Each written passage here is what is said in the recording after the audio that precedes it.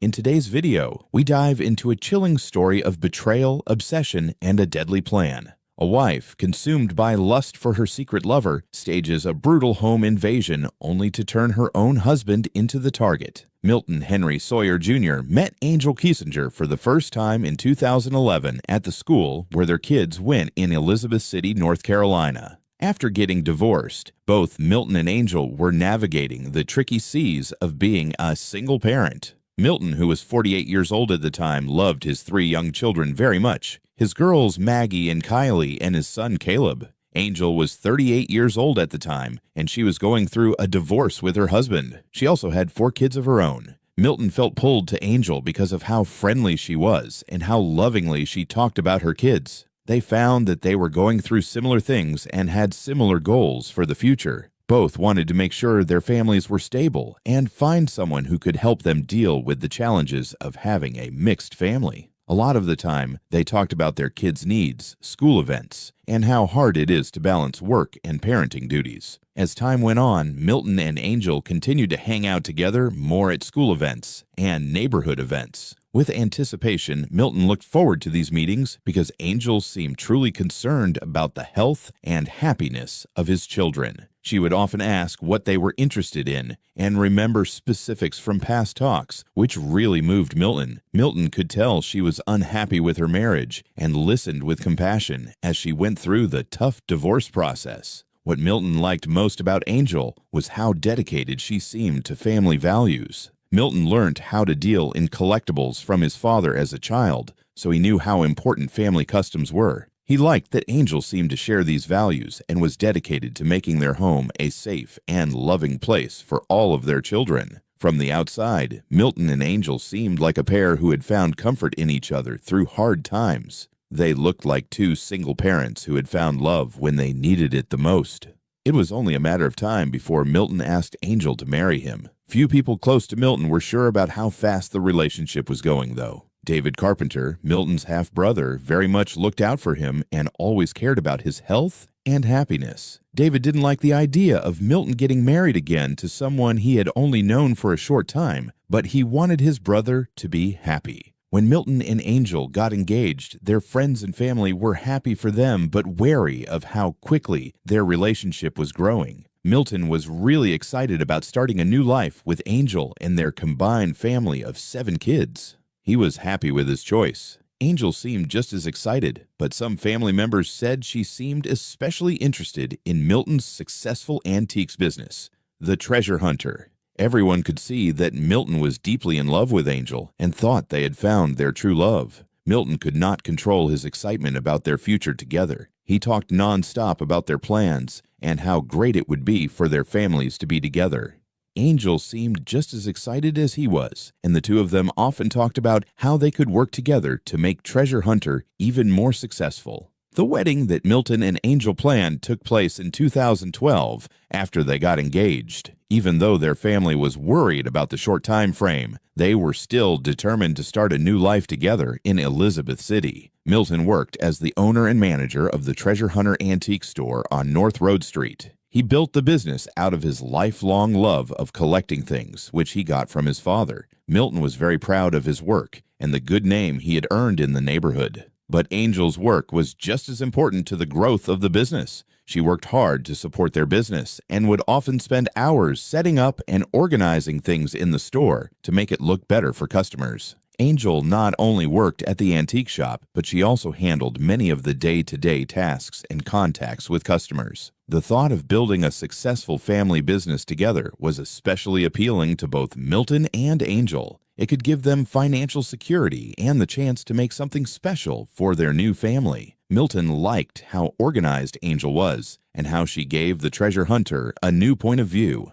These changes made the store look and run much better thanks to her work. Milton made sure to stay close with his actual children and his extended family every week. He would often see his brothers and try to make it to family gatherings when he could. Milton seemed to enjoy these chances to stay in touch with his family and friends and make sure his kids felt safe in their relationships with him and their extended family. Elizabeth City, North Carolina was the place where Milton and Angel got married in 2012 to celebrate their love. On their wedding day, there was happiness and hope for their future together. Not only did the wedding bring two people together, it also brought together two families who would now live together in one house. Milton's kids would get stepbrothers and stepsisters, and Angel's kids would get a new dad who seemed to really care about them and want the best for them. Soon after Milton and Angel got married, their partnership looked great from the outside. The couple worked well together at the treasure hunter, and it looked like their new family was settling well to living together. People in Elizabeth City knew Milton as a friendly, hard-working businessman who treated his customers fairly and kept good ties with everyone in the city. But as time went on, small changes started to show up in the way they were together. People in Angel's family started to notice that she seemed to have very clear ideas about how Milton should treat her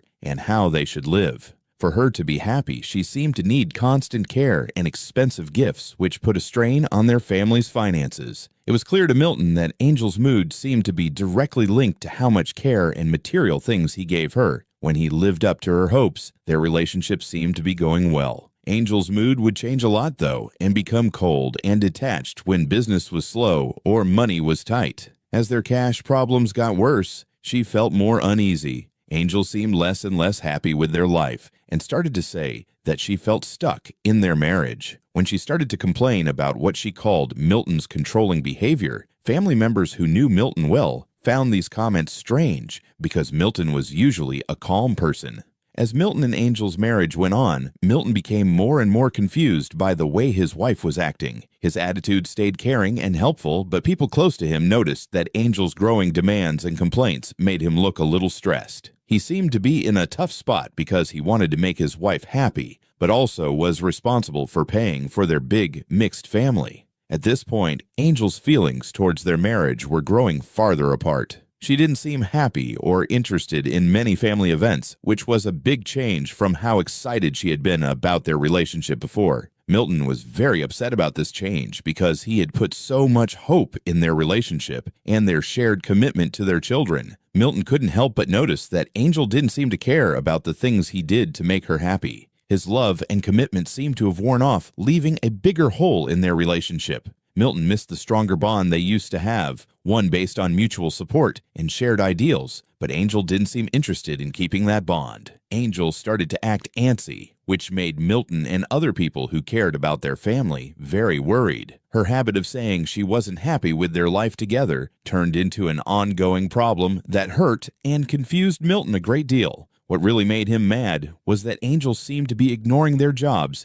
and promises to each other. It was hard for Milton to figure out what had changed in their relationship. Even though Angel kept trying to be helpful and loving, he seemed more and more distant and unhappy. Angel didn't seem to want to go to counseling or work through their problems together. Instead, he seemed to be looking for answers outside of his marriage. An important car accident left Angel in need of physical therapy. She started seeing Isaac Dustin Melcher, a married physical therapist, and started getting better. Isaac was 38 years old and had built a successful law business in Elizabeth City. He was known for being very professional and working hard to help his patients get better after getting hurt. People who knew him well were shocked by what happened between him and Angel because he was married and had his own family of his own. Angel started going to see Isaac regularly for her injuries. What began as a professional therapeutic relationship quickly turned into something much more emotional and dangerous. During their first meetings, Isaac couldn't help but notice how beautiful Angel was and how open she was about her pain and healing.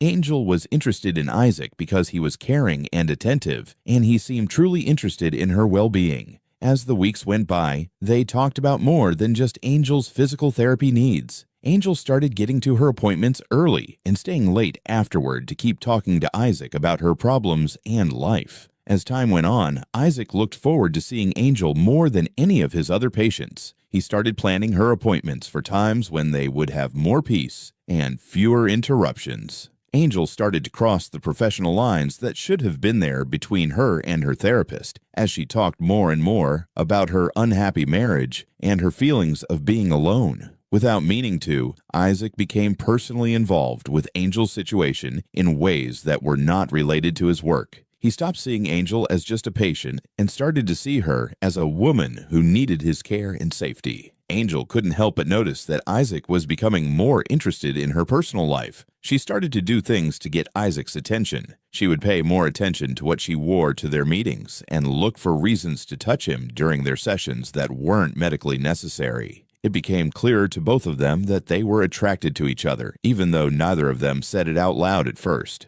During their therapy meetings, Angel told Isaac about her marriage and how tired she was from her life and how upset she was with Milton for what she saw as his flaws. She talked about her husband as being evil and manipulative, never letting her have the freedom she wanted. Others knew that Milton's personality didn't match up with these descriptions, but Isaac started to see Angel as a victim stuck in an unhappy marriage, and his protective feelings got the best of him, making it hard for him to make good professional decisions. Angel was very good at playing on these emotions, making it look like she really needed help to get out of her situation. She often showed up to meetings sad or stressed out, saying that Milton had been especially hard to deal with or demanding. Angel started to say that Milton's jealousy would make it impossible for her to have any male friends or get help from other men, which was more emotional trickery. Milton had already shown doubt about their therapeutic relationship, and she told Isaac that he had promised to stop seeing him if he thought they were doing something wrong. Isaac started to feel angry at Milton because of these talks. He saw Angel's husband as someone who was getting in the way of her happiness and recovery. Because Angel said Milton cared more about his business and image than about her needs and wants, she made her even more angry. She said that Milton was controlling her choices and freedom by playing with her feelings and their money. As their friendship grew beyond work, Isaac started to think that Angel only saw and understood him. She had persuaded him that they had a special bond and that the things they shared were worth the risks. Isaac was reassured by Angel that her feelings for him were real and that she had never felt cared for and understood like he did. Isaac became more and more obsessed with Angel, which started to affect his marriage and his ties with other patients. He thought about Angel and planned what he would say to her at their next meeting, which kept him from paying attention to other things. His wife saw changes in the way he was acting, but she had no idea that he was having an affair. If they changed their connection from professional to personal, Isaac would not have been following his ethical duties as a healthcare provider, and Milton would not have trusted Isaac with his wife's care. What should have been a time for Angel to heal from her injuries turned into the start of a relationship that would end in terrible tragedy for everyone. Even though their marriage was having more and more problems, Milton stayed devoted to his family and was determined to make their relationship work. His unwavering choice to keep helping Angel through her problems showed how much he cared about her and their blended family. He believed that their marriage was worth saving, even though they were having problems as a couple. When Milton and Angel had been married for a few years, things were still not going well between them. The fact that Angel was acting more and more secretively and getting closer to her physical therapist, Isaac Melcher, was a big worry for Milton's family. It was clear that Angel and Isaac's relationship had grown beyond their work relationships. Angel and Milton felt far apart, and Milton knew that their marriage needed to change. He tried to tell Angel how he felt and what was bothering him, but it seemed like Angel wasn't interested in working on their problems with him. They were having a hard time with their marriage, and he didn't want to lose the family they had built together. Milton really wanted to save his marriage to Angel and was ready to do almost anything to make it work again. He thought that they could be happy again if he could just find the right way to talk to them or make the right changes. Angel, unfortunately, had already started making plans for a very different way to fix their marriage problems. When Milton found out that Angel was having an affair with Isaac Melcher, he was heartbroken but still hoped that they could get back together after this betrayal. He talked to both Angel and Isaac about their relationship, hoping that by telling them the truth, they would end their bad relationship. Rather than recommitting to their marriage, Angel saw Milton's news as a threat to her renewed happiness with Isaac and didn't want to get married again. Angel had persuaded Isaac that Milton was a cruel and demanding husband who would never let her leave their marriage without a fight. She made herself look like a victim stuck in an impossible position by saying Milton's possessive and jealous behavior made it dangerous for her to get a divorce. These tricks played right into Isaac's need to protect Angel and his growing obsession with her.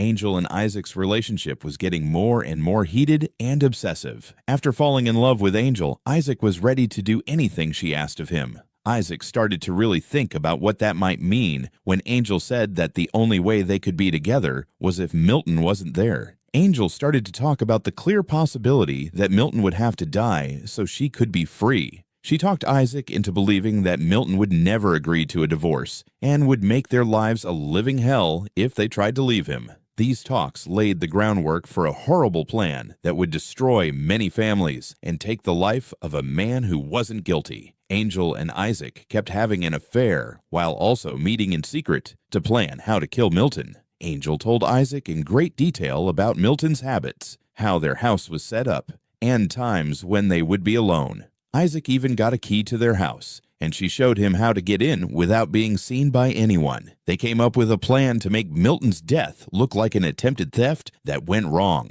To make it look like someone else had been robbed, Angel would fake her own injuries, and Isaac would kill Milton and search the house to make it look like valuable things had been taken. They thought that this lie would let them be together without anyone being suspicious of either of them.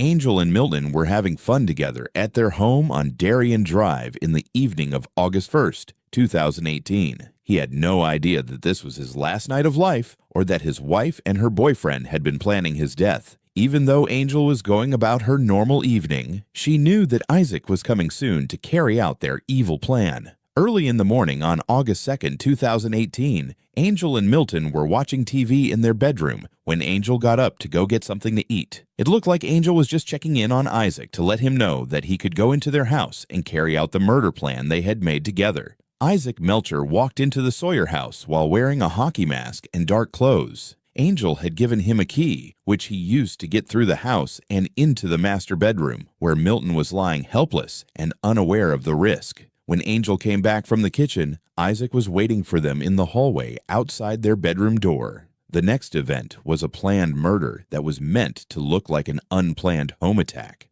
Isaac went into Milton's bedroom while he was sleeping, quickly beat him up, and taped Milton's hands behind his back. Milton was scared and confused because he didn't know why the masked stranger was beating him in his own home. Isaac killed Milton by strangling him with his bare hands. It was a horrible scene. Even though Milton fought very hard to stay alive, his attacker, who was much younger and stronger, was too strong for him. The strangulation by hand was personal and close, and Isaac had to stay in physical touch with Milton the whole time. This made the killing especially brutal and planned. Angel and Isaac set up the crime scene together after Milton was dead to back up their story of a failed robbery. They smashed things in Milton's bedroom, threw clothes all over the room, and moved his body to make it look like he had been killed in a fight with an attacker who wanted valuable items from their antique business. Isaac hit Angel in the head with the gun he had brought to finish the trick. The blow wasn't hard enough, though, to make it look like there were injuries. Angel then did something about it herself. She hit her head on a side table on purpose to make the cuts look more real so that her story that she had been attacked by the same person who killed her husband would hold up. Isaac left the Sawyer house through the back door and made sure to hide his clothes and weapon in different places in Elizabeth City so that no one would find them. Angel waited the right amount of time before coming out of the house, crying and covered in blood, to call her neighbors for help and report what she thought was an invasion of her home.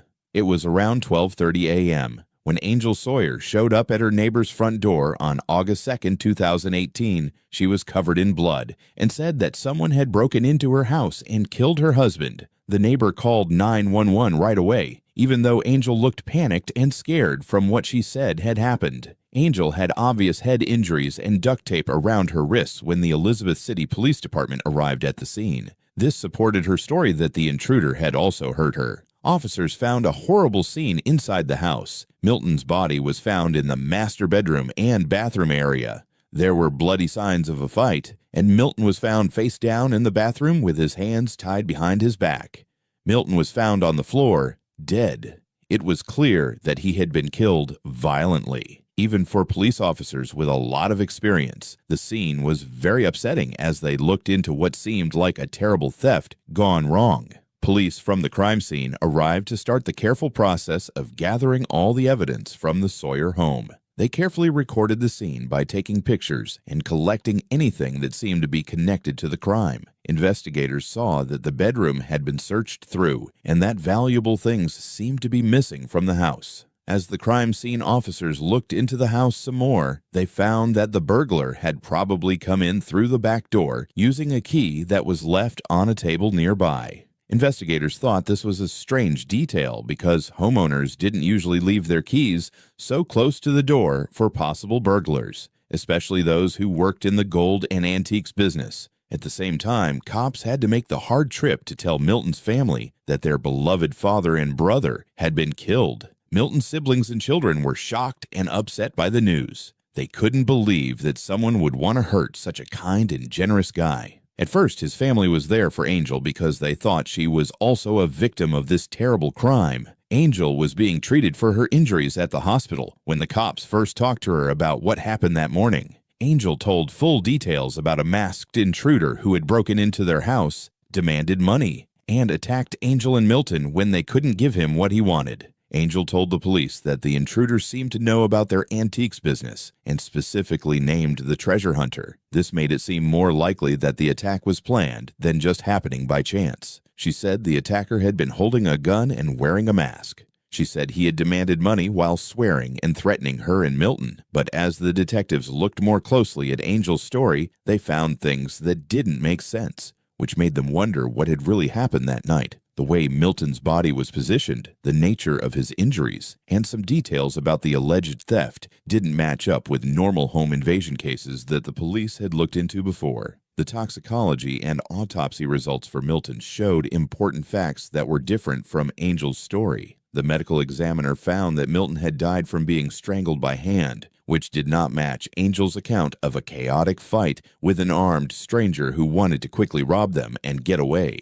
As the case went on, the police started to look into Angel's personal life more closely. They found rumors that she was having an affair with her physical therapist, Isaac Melcher. When police asked Isaac to be questioned, he first denied having a relationship with Angel and said he had an alibi for the time of the death. It became clear that Isaac's story was not true, though. He said that he had broken his cell phone by spilling water on it by mistake and was at Walmart looking for a new one when Milton was killed. When the police checked his alibi, they found problems that made them very doubtful that he was telling the truth. When Isaac left North Carolina out of the blue to go see his mother in Oregon, the case took a dramatic turn. This might have looked like an attempt to avoid being caught, but it actually helped the police because Isaac told an old friend about the murder while he was there. Isaac's friend was shocked by the confession and called the cops right away to tell them what Isaac had said.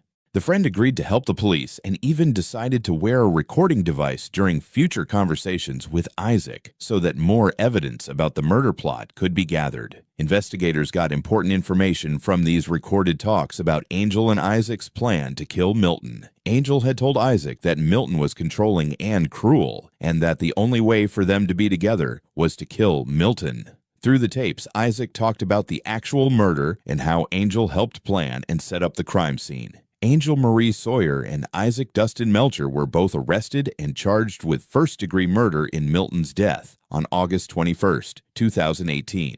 The suspects were arrested about 3 weeks after the murder, after a thorough investigation had found proof of their guilt and revealed their plan to commit the murder. Isaac decided to help the police in exchange for a lesser charge during the subsequent court proceedings. He spoke against Angel in court for several hours, giving specific information about their relationship, how Milton's murder was planned, and what happened that fatal August 2018 night. Isaac's evidence showed how well thought out their plan was, and how Angel was the main reason they chose to kill Milton. He talked about how Angel had lied to him and made him think that murder was their only choice. She also gave him the tools and the chance to commit the crime. For first-degree murder and planning to kill someone, Angel was found guilty by a Pasquotank County jury on September 20th, 2021. Judge Waylon Sermons of the Superior Court gave Angel the mandatory sentence of life in jail without the chance of parole for first-degree murder in North Carolina. Isaac Melcher admitted to killing someone in the second degree and was given a jail sentence of 20 to 25 years. His cooperation with the police in testimony against Angel led to the lower charge.